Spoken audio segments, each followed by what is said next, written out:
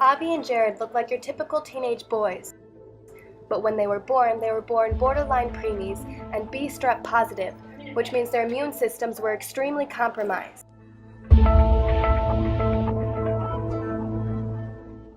Their parents did their best to keep them from getting sick, but it wasn't enough. They contracted RSV, a respiratory virus, causing them to get asthma and need breathing treatments for a good chunk of their childhood. Every night, we would have the same breathing treatment. We would sit down on the bed, and it was really exhausting. We would always do breathing treatments. We were tired, couldn't go to sleep. We had to keep on getting breathing treatments over and over again. And then sometimes it got really bad, and the breathing treatments didn't really work. This is the breathing machine that we use now. Occasionally they still have problems with colds, and I give them breathing treatments from this. The breathing treatments are steroids if they're really bad, and then something else like albuterol or Xopenex to open up their lungs. RSV affects more than 1 in 4 babies under the age of 1. Infants who are otherwise healthy do not usually need to be hospitalized, but due to the twins' depleted immune systems, it was much more severe. It followed them throughout most of their childhood, making even the most common of illnesses potentially fatal. We did have to watch out for the germs that were brought home. We had 2 older children, and they had to wash up very well, up and down their arms, face, hands, every time they came home from school. My husband had to strip his clothes when he came home from work so they wouldn't catch anything. Anytime we went to the library, went to gymnastics for the older kids, they would catch something, and we would spend another 3 or 4 days trapped in the house with sick babies. Because Avi and Jared were so weak, their doctors decided to put off their vaccinations for at least a year, making them immunocompromised. Was this the right decision? It got to the point where I was concerned about giving them vaccinations at all because they caught everything that came their way, and I was afraid giving them a vaccination would, as a mother who's uneducated about vaccines, that they would catch something from receiving the vaccines. For these 2 boys, as well as 1 in 25,000 others, this was the right decision. Unfortunately, this small percentage of others could be living a normal infancy until they are able to be vaccinated. However, their lives are in danger every day because others choose not to get vaccinated, a choice they often take for granted. For more information, we drove straight to the source, a doctor's office.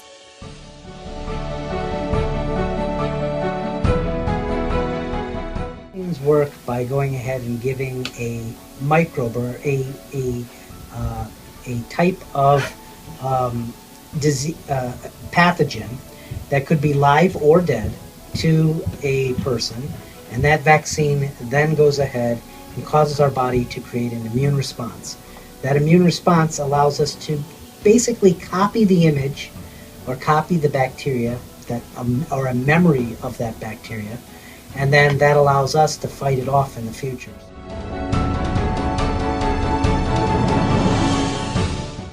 According to the Center for Disease Control, 90 to 100% of publicly introduced vaccines work. Though this is still a very high number, it leaves up to 10% unprotected, securing the need for herd immunity.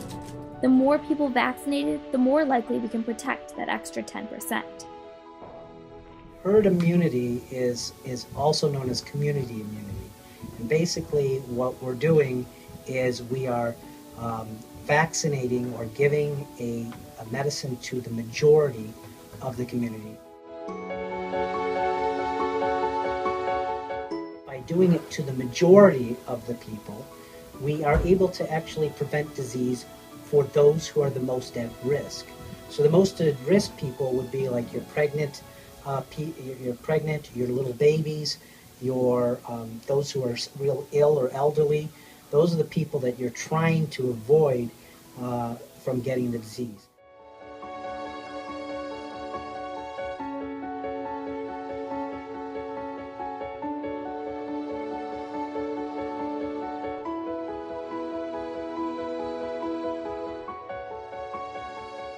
Vaccines prevent over 2.5 million deaths every year.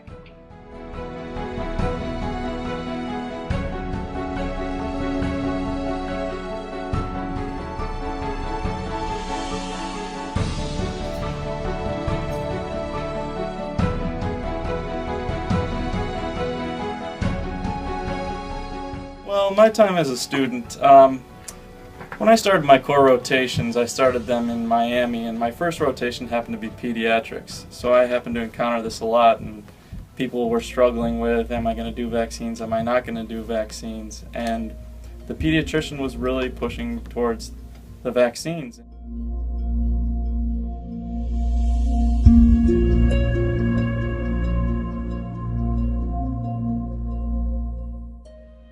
It is estimated that 92% of students must be vaccinated in order to have a healthy school environment. However, the amount of schools in the US that do not meet this requirement has doubled in the last 7 years. We are driving to an elementary school in Avi and Jared's school district to interview a teacher about her experiences in the classroom. In this elementary school, only 85% of the incoming kindergartners are vaccinated, which means herd immunity is not existent and puts many students at risk of disease. They're always coughing, wiping their noses, touching their desks, touching pencils.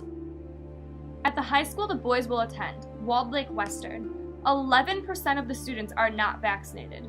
This means approximately 1 in 10 students is not vaccinated. With 27 students in a classroom, plus a teacher, you're going to have germs spread.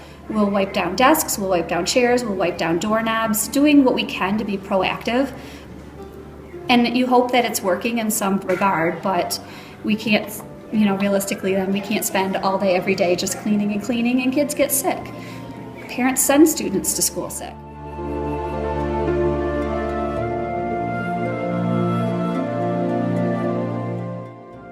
Parents use several methods to rationalize their decision to not vaccinate their children.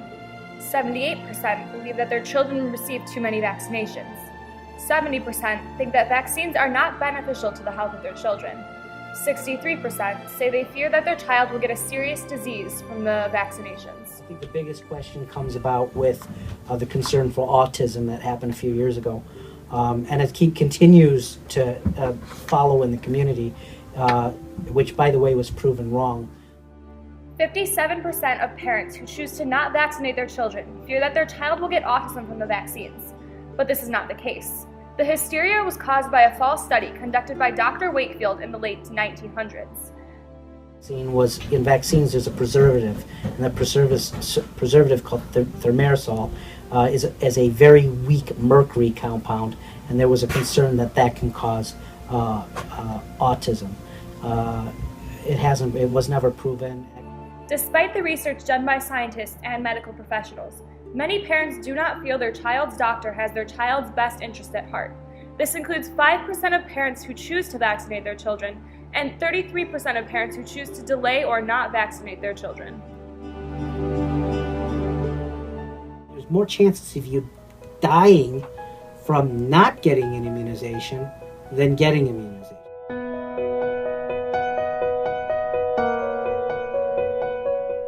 When at least 92 to 94% of people are vaccinated, their immunity prevents contagious diseases like measles from ever spreading. There really shouldn't be a reason not to, that you can't get a vaccine, because most communities do participate with certain programs that allow for those who can't afford to get help.